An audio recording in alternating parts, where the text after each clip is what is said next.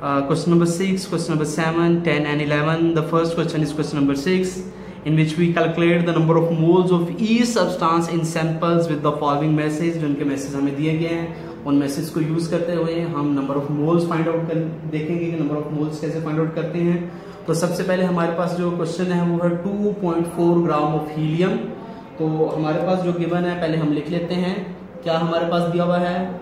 Mass of helium. Mass of helium हमें कितना दिया गया है? मैस ऑफ हीलियम की अगर हम बात करें तो हमें दिया गया है 2.4 ग्राम। इसके साथ हमारे पास जो दूसरी चीज है वो है हमने molar mass of helium. Molar mass of helium, molar mass of helium की बात करें तो हीलियम का मोलर मैस होता है 4 ग्राम। पीरियोडिक टेबल पीरियोडिक टेबल को यूज करके आप वहां से फाइंड आउट कर सकते हैं। उसके बाद हमने फाइंड आउट करने हैं जी इसमें नंबर ऑफ मोल्स। क्या फाइंड आउट करना है? Number of moles. Number of moles find out करने के लिए जो फॉर्मूला हम यूज करते हैं स्टूडेंट्स, बहुत ही आसान फॉर्मूला है। नंबर ऑफ मोल्स इक्वल होता है mass in gram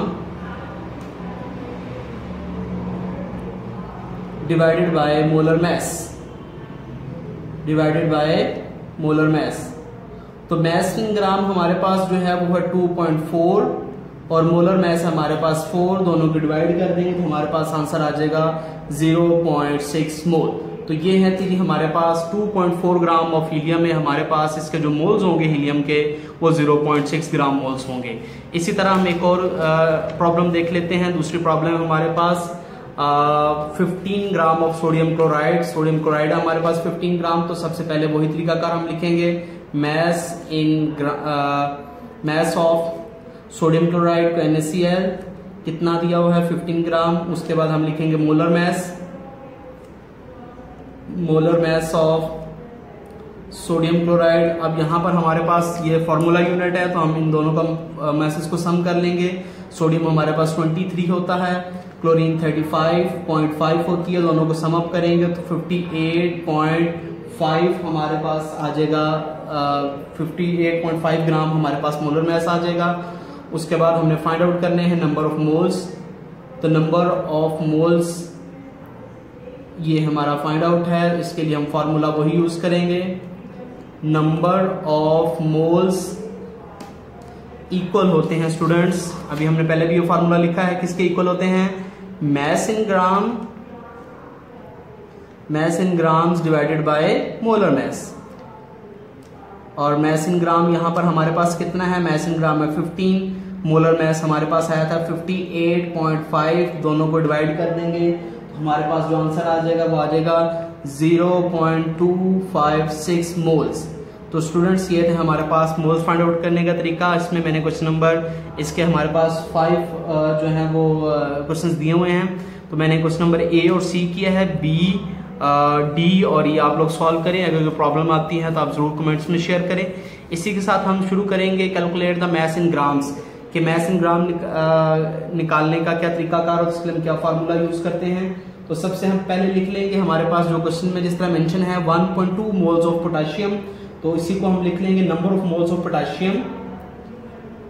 number of moles of potassium, potassium के कितने मोल्स दिए गए हमें? 1.2 मोल्स। सबसे पहले हमने लिख लिए मोल्स ऑफ पोटेशियम। उसके बाद हमने लिख लिया molar mass of potassium. Molar mass of potassium होता है 39 ग्राम। उसके बाद हमने फाइंड करना है मैस इन ग्राम, और मैस इन ग्राम को फाइंड आउट करने का भी बड़ा आसान सा फार्मूला है स्टूडेंट्स।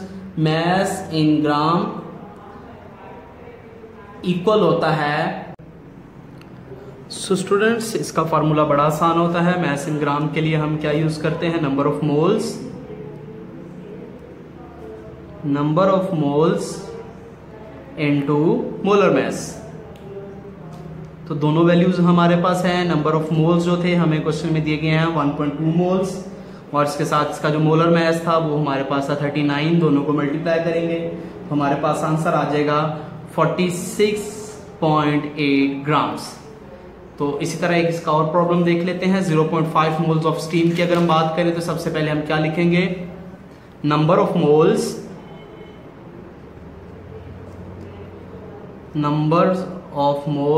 ऑफ स्टीम हमारे पास होती है वाटर वेपर्स की शक्ल में ली तो इससे हम लिखते हैं H2O, और मोल्स है हमारे पास 0.25 मोल्स, और इसके साथ हम लिख लेंगे मोलर मैस ऑफ स्टीम।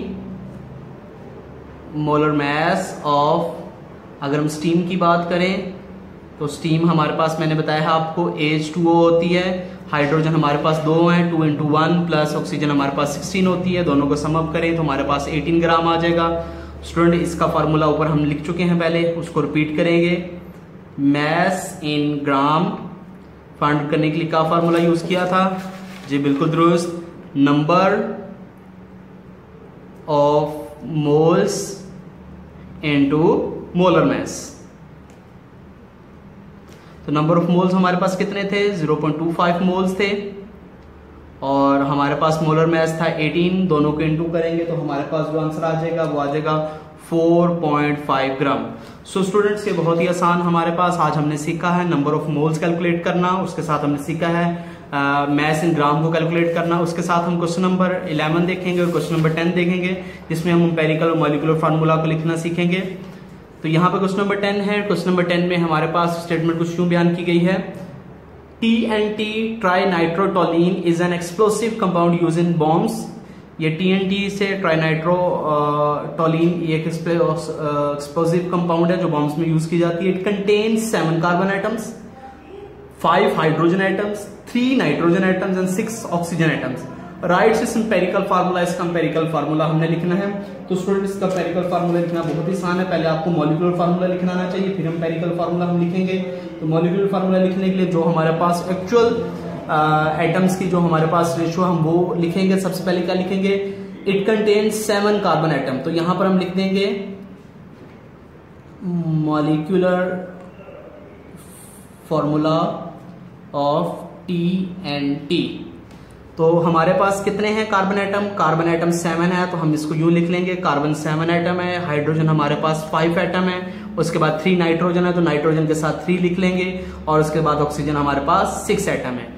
तो स्टूडेंट हमने सीखा था लेक्चर्स में कि एम्पिरिकल मॉलिक्यूलर फार्मूला में डिफरेंस क्या होता है। Molecular formula actual whole number ratio को प्रेजेंट करता है, जबकि मॉलिक्यूलर एम्पिरिकल फार्मूला जो होता है वो हमारे पास सिंपलेस्ट होल नंबर रेशियो को प्रेजेंट करता है। तो अगर हम इसकी रेशियो को देखें तो इसकी रेशियो है हमारे पास आती है 7:5:3:6। क्या ये सिंपलेस्ट रेशियो है स्टूडेंट्स? जी ये सिंपलेस्ट रेशियो है, तो इसका एम्पिरिकल फार्मूला भी हमारे पास यही होगा। एम्पिरिकल फार्मूला ऑफ TNT की बात करें तो हमारे पास यही होगा, C7H5N3 और O6। हमने सीखा था कि बहुत से कंपाउंड्स ऐसे होते हैं जिसका मॉलिक्यूलर एम्पिरिकल फार्मूला सेम होता है। इस तरह हमारे पास क्वेश्चन नंबर 11 है जिसमें हमने सीखना है a molecule contain 4 phosphorus atoms and 10 oxygen atom. Write since empirical formula of this compound also determine the molar mass of this compound. तो सबसे पहले हम मॉलिक्यूलर फार्मूला लिख लेते हैं प्रीवियस क्वेश्चन की तरह। तो मॉलिक्यूलर फार्मूला क्या होगा इसका, अगर मॉलिक्यूलर फार्मूला की बात करूं तो इसने बोला है 4 फास्फोरस के लिए 4 लिख लिया, और 10 ऑक्सीजन, तो ऑक्सीजन के लिए मैंने 10 लिख लिया।